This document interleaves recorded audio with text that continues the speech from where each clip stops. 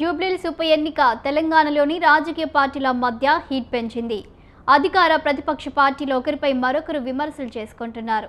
ఈ నేపథ్యంలో ఈ ఎన్నికలు రేవంత్ రెడ్డి పాలనకు రెఫరెండంగా పరిగణిస్తున్నారు. మరి ఈ ఎన్నిక ప్రభావం రాష్ట్రంపై ఎలా ఉండబోతుంది? Let's watch the story.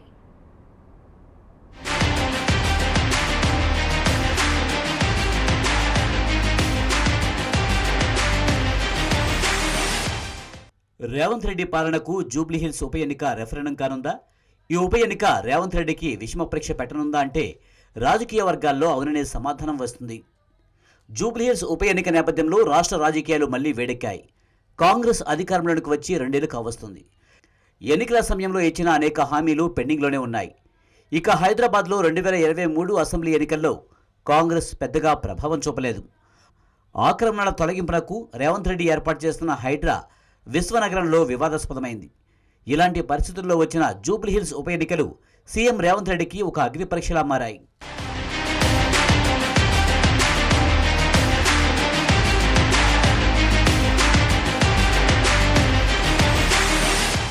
Congress party అధికారంలో ఉన్నప్పటికీ రేవంత్ రెడ్డికి పార్టీలో స్వేచ్ఛ తక్కువగా ఉన్న ఈ పరిస్థితుల్లో విజయం సాధించడం అంత ఈజీ కాదు. ఫలితం ఏదైనా దాని రాజకీయ ప్రభావం నేరుగా రేవంత్ పైనే పడుతుందని విశ్లేషకులు, పార్టీ వర్గాలు అభిప్రాయపడుతున్నాయి. గెలిస్తే క్రెడిట్ మొత్తం హైకమాండ్ సొంతమవుతుంది, ఓడిపోతే బాధ్యత మాత్రం రేవంత్ రెడ్డిపైనే వేస్తారనేది స్పష్టంగా కనిపిస్తుంది.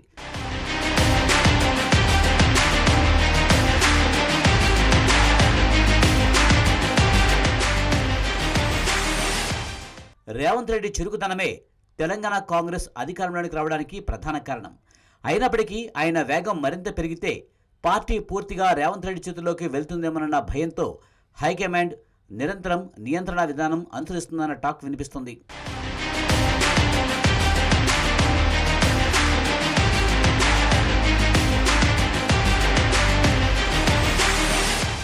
రేవంత్ సీఎం పదవిలో కూర్చుని దాదాపు 2 ఏళ్లు అవుతున్నా కేబినెట్లో సిఫార్సులను పట్టించుకోవడం లేదు.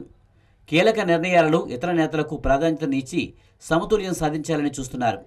హైకమాండ్ మద్దతు ఉన్న నేతలు సీఎం అధికార పరిధిలోకి రాకుండా వ్యూహాత్మకంగా వ్యవహరిస్తున్నారు.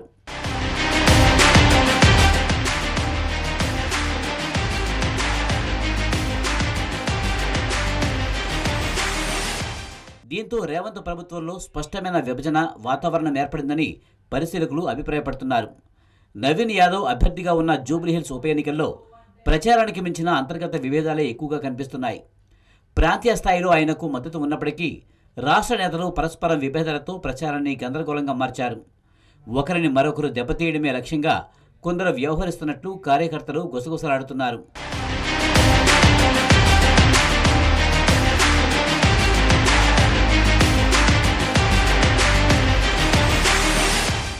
రేవంత్ స్వయంగా ప్రచారంలోకి దిగడానికి ఇప్పటికే రూట్ మ్యాప్ సిద్ధమైంది. దీంతో గెలిస్తే రేవంత్కు అధిష్టానం వద్ద మంచి గుర్తింపు లభించడమే కాకుండా పట్టు కూడా దొరుకుతుంది. ఓడితే మాత్రం ఆయనపై విమర్శలు తప్పవు. సొంత పార్టీలోని వ్యతిరేకులు, మంత్రి పదవి ఆశించి భంగపడిన కోమటిరెడ్డి రాజగోపాల్ రెడ్డి వంటి నాయకులతో ఇబ్బందులు తప్పవు.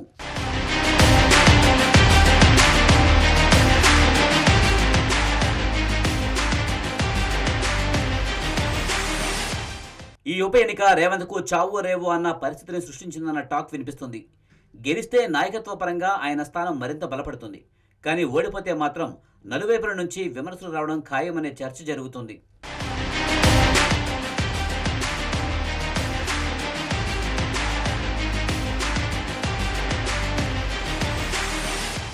తన 2 ఏళ్ల పాలనకు జూబ్లీహిల్స్ ఉప ఎన్నిక ఒక రెఫరెండం కాబోతుందని రేవంత్ కూడా భావిస్తున్నారు. ఇలాంటి సమయంలో రేవంత్ ఈ ఉప ఎన్నికను ప్రతిష్టాత్మక పోరుగా మార్చుకోవడం తప్ప మరో మార్గం లేదు. కేవలం గెలుపు మాత్రమే రేవంత్ రెడ్డికి ఇప్పుడు ఉన్న ఛాయిస్.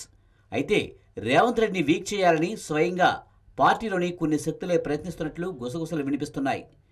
రేవంత్ రెడ్డి మరింత బలవంతుడైతే తమ రాజకీయ భవిష్యత్తుకు ఆటంకం ఏర్పడుతుందని వారు భావిస్తున్నారట.